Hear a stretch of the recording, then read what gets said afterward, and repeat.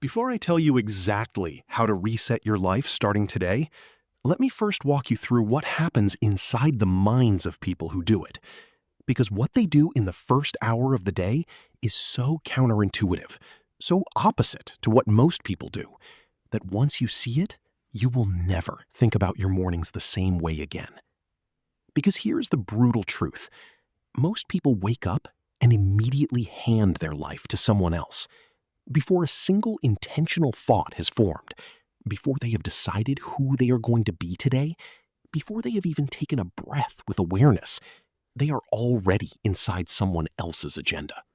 The phone, the feed, the noise, the reactive loop that begins the moment the alarm goes off and does not end until they collapse into bed at night, having spent the entire day responding to a world that was never arranged in their favor. And then they wonder why the life they want feels so far away. It is not far away. It is being given away. Every single morning, one distracted, reactive, unconscious hour at a time. That stops today. But first, let me show you 3 people who understand this at a level that changed everything for them. Think about Indra Nooyi. For 12 years, she was the CEO of PepsiCo, one of the largest companies on Earth, overseeing a workforce of hundreds of thousands and managing a portfolio worth billions. She was also a mother, a daughter, a wife, a woman navigating a corporate world that had not been built for her. The pressure was not hypothetical. It was daily and relentless, and the kind that would have swallowed most people whole. She has spoken at length about how she survived it, and the answer, consistently, was her mornings. She woke at 4 in the morning, not because she had to, because she had learned that the hours before the world demanded everything from her were the only hours that truly belonged to her. She used them to think, to plan, to prepare her mind for the day, rather than letting the day prepare her for its demands. She did not start the day reacting. She started it deciding. And that distinction between a life spent reacting and a life spent deciding is the difference between drifting and directing.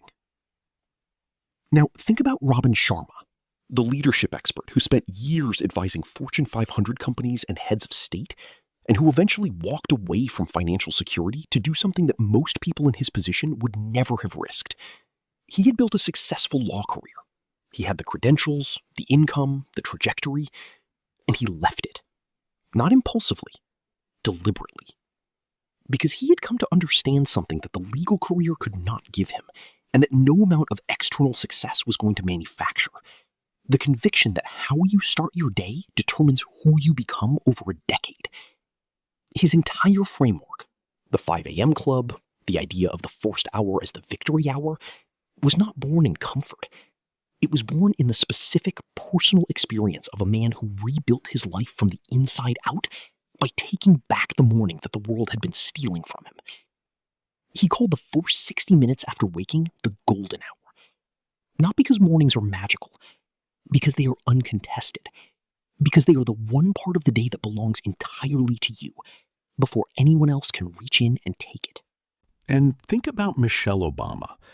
Before the White House, before the global platform, before she became one of the most admired women in the world, she was a working mother in Chicago, trying to balance a demanding career with 2 young daughters and a husband whose political ambitions were consuming more and more of the shared life they had built.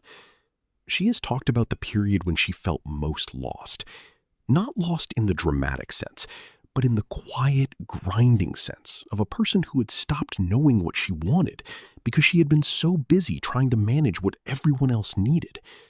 The reset came not through a dramatic life change, but through a single decision. She reclaimed her mornings. She started waking before her children. She started exercising before the day began. Not because she had extra time, she did not, but because she understood that the version of herself that showed up for everyone else had to first show up for herself, or there would eventually be nothing left to give. That hour became the foundation of everything that followed, not just physically, psychologically. The woman who walked into the White House walked in knowing who she was, and that clarity was built one early morning at a time. So here is what those three people understood that most people spend their entire lives missing. The morning is not just the beginning of the day. It is the architecture of the self. It is the hour in which you either construct the version of you that will show up for everything else, sharp, directed, intentional, or you allow the world to construct a version of you that serves its purposes instead of yours. And here is what a genuine reset actually requires.